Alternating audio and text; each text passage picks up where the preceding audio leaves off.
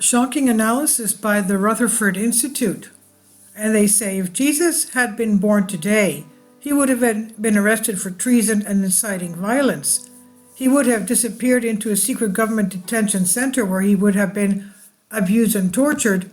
The Rutherford Institute conducted a hypothetical religious history analysis of what would happen if Jesus were born today, 2023 years later, a shocking analysis that, if read correctly, will make it clear that the current era we live in has serious problems of lack of freedom and the loss of values and moral principles.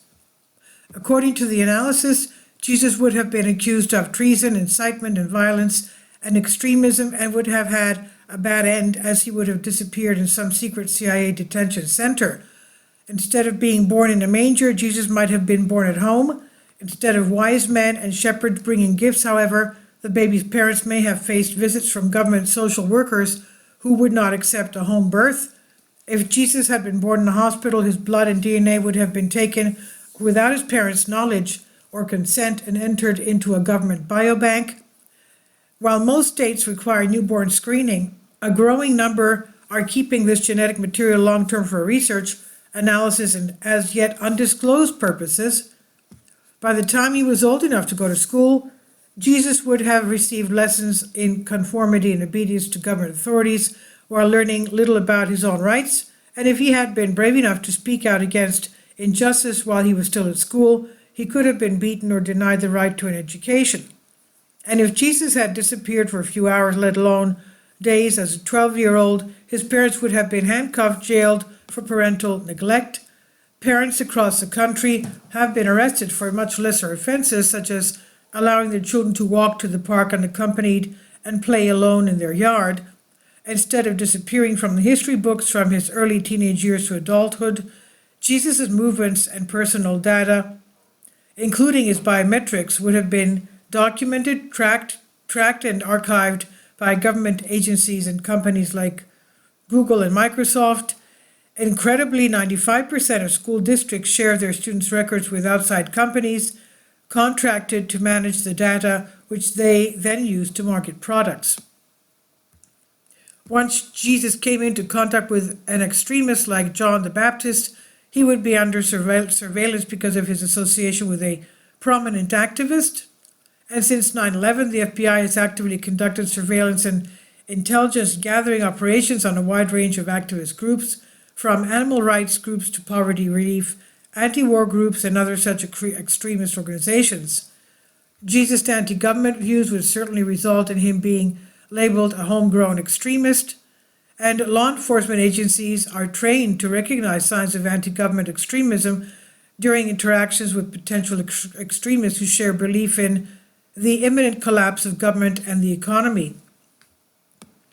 While traveling from community to community, Jesus may have been reported to government officials as a suspect as part of the Department of Homeland Security Say Something programs. Many states, including New York, provide people with phone apps that allow them to take photos of suspicious activity and report them to their state information center, where they are reviewed and forwarded to law enforcement agencies. Instead of being allowed to live as an itinerant preacher, Jesus might have been threatened with arrest for daring to live off the grid or sleeping outside. And in fact, the number of cities that have resorted to criminalizing homelessness by banning camping, sleeping in vehicles, loitering, and begging in public has doubled. Viewed by the government as a dissident and a potential threat, Jesus would have placed government spies among his followers to monitor his activities, report his movements, and trap him. And such today, called informers, are often paid heavily by the government to spy on and betray others. If Jesus used the internet to spread his radical message of peace and love, he might have found government spies in his blog posts who would try to undermine his integrity, defame him, or plant incriminating information on the internet about him. At the very least, they would have hacked his website and monitored his email. If Jesus had attempted to feed large crowds of people, he would have been threatened with arrest for violating various ordinances that prohibit the distribution of food without permission. Florida officials have arrested a 90-year-old man who was feeding homeless people on a public beach. If Jesus had spoken publicly about his 40 days in the desert and his conversations with the devil, he could have been labeled mentally ill and held against his will in a mental hospital for mandatory involuntary psychiatric detention without access to family or friends. No doubt, if Jesus had tried to overturn tables in a Jewish temple and criticize the materialism of religious institutions, or even in a church, he would have been charged with hate crime. And instead of armed guards arresting Jesus in a public place, government officials would have ordered a SWAT team to raid Jesus and his followers with flash grenades and military equipment.